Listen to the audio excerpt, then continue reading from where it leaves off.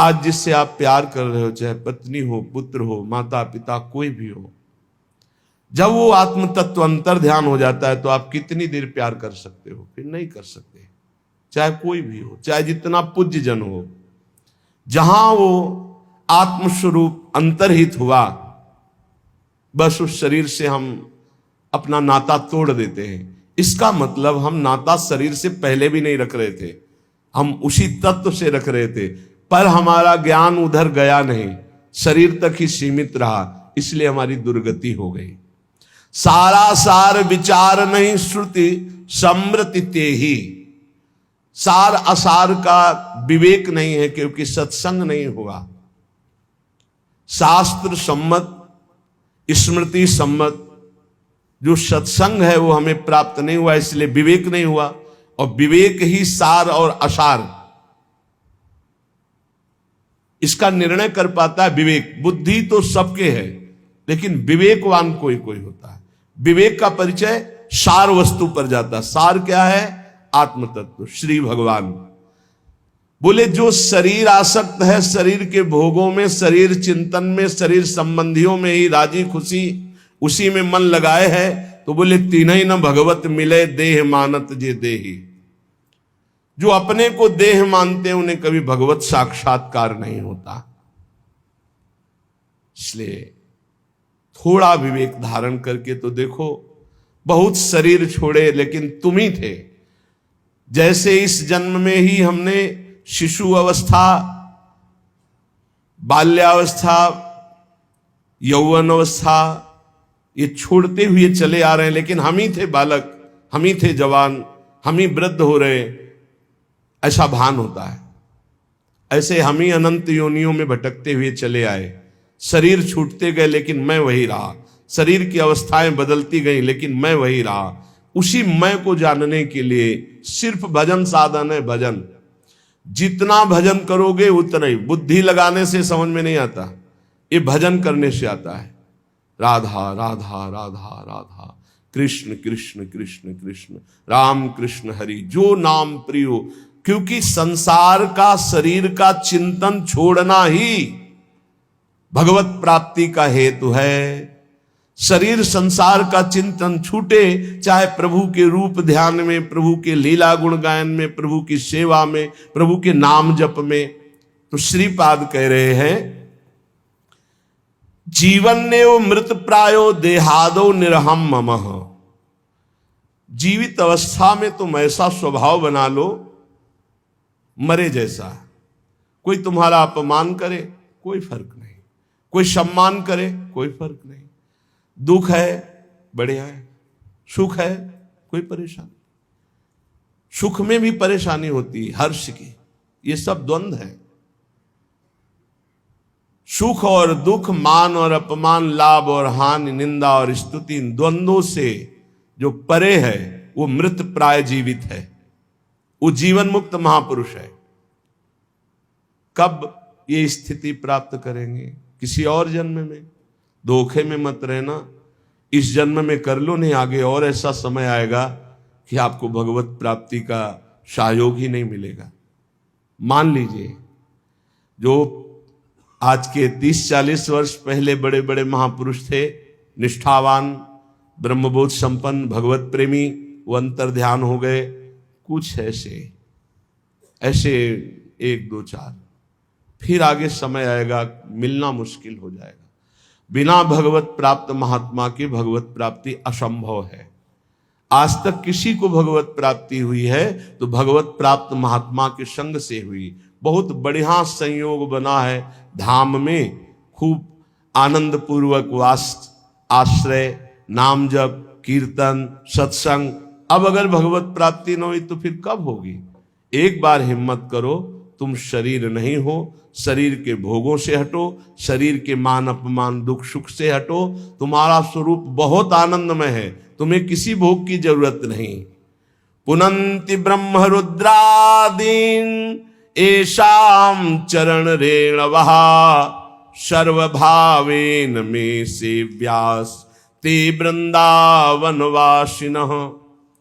जहां की चरण रज को ब्रह्मा शंकर सनकादि याचना करते हैं, ब्रह्मा शंकर शनकादि जिस चरण रज से पवित्र होने की चाह करते हैं, ऐसे वृंदावन का जो अखंड वास स्वीकार कर लेता है, मैं भाव से उसे अपने सेव्य के रूप में देख रहा हूं, सेव्य आराध्य देव के रूप में।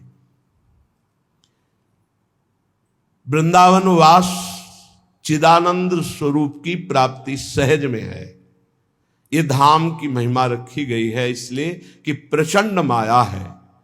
साधना करके माया को परास्त करके निकल जाना, ये तो केवल भगवान की कृपा पात्र की ही सामर्थ्य, दूसरे की सामर्थ्य नहीं। विश्वास कीजिए, एक क्षण में मन ऐसा पलटी मार जाता है कि जिसे समझा जाता है कि बहुत बैरागी है, जीवन में वैराग्य प्रधान है, वही भोगी हो जाता है, वही रागी हो जाता है। एक क्षण में पलटी मार जाता है मन।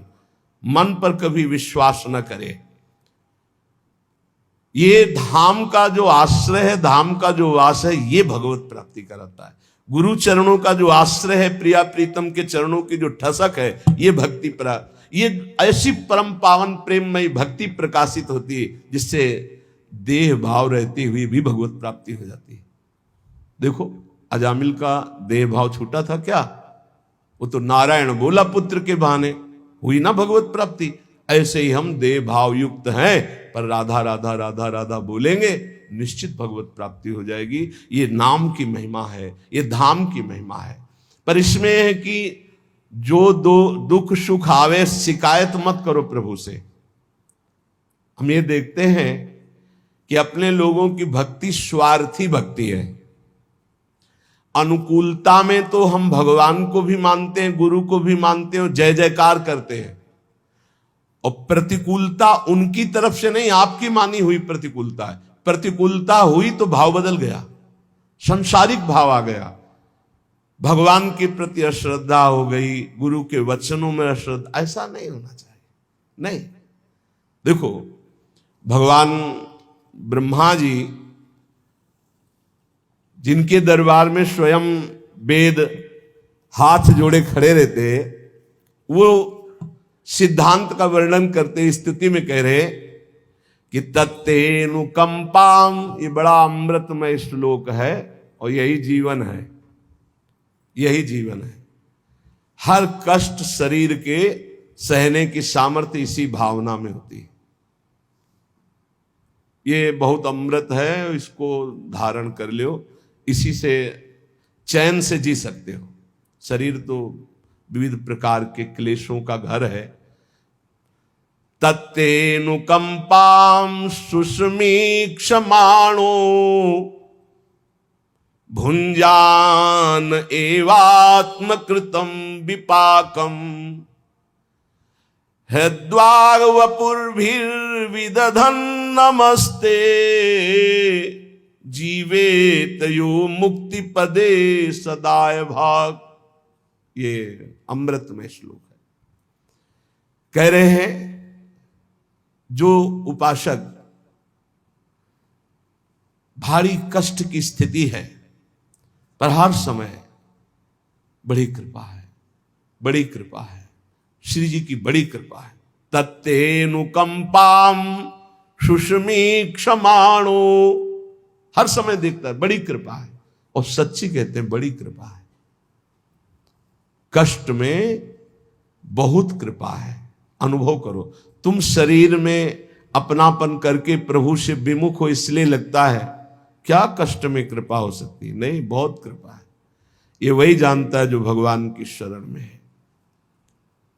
हरिचरण दास नाम के एक महात्मा के दर्शन करने गए। उन्हें कैंसर था पेट में, स्वस्थ शरीर ऐसा हो गया था, उठ नहीं पा रहे थे, बोलने की हिम्मत नहीं थी।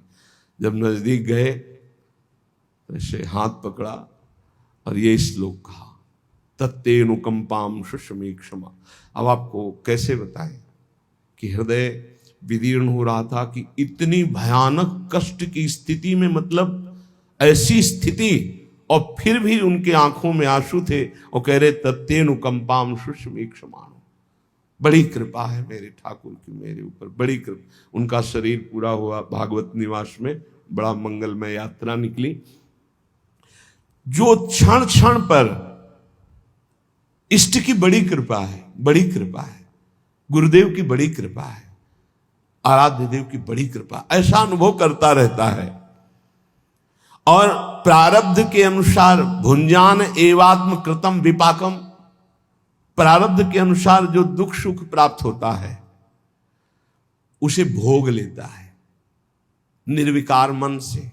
विकार का मन क्या होता है? इतना भगवान का भजन करते, कदम कदम पे परेशानियां, क्या भक्ति का लाभ मिला, क्या भजन का लाभ मिला? कदम कदम पे पाप करने वाले ऐसे ऐसे लोग हैं जिनको पूरा जीवन हो जाता है, कभी कोई चोट नहीं लगती। क्यों? क्योंकि उनको अनंत जन्म भटकना है। भजन करने वाले के कदम कदम पे बाधा होती। क्यों? क्योंकि उनका अनंत जन्मों का हिसाब खत्म होना है और उनको प्रभु के पास जाना है। इसलिए बड़े बड़े महान संतों के भी जीवन में बड़े कष्ट देखे गए। देख लो, इस श्लोक को बहुत ध्यान से सुनना। निर्विकार मन से बड़ी कृपा है। चाहे हम जिनको प्यार करते हैं वो हमें दुत्कार दें, तिरस्कार करें, हमारी तरफ देखें ना, पर हम उनकी बड़ी कृपा मनाएं।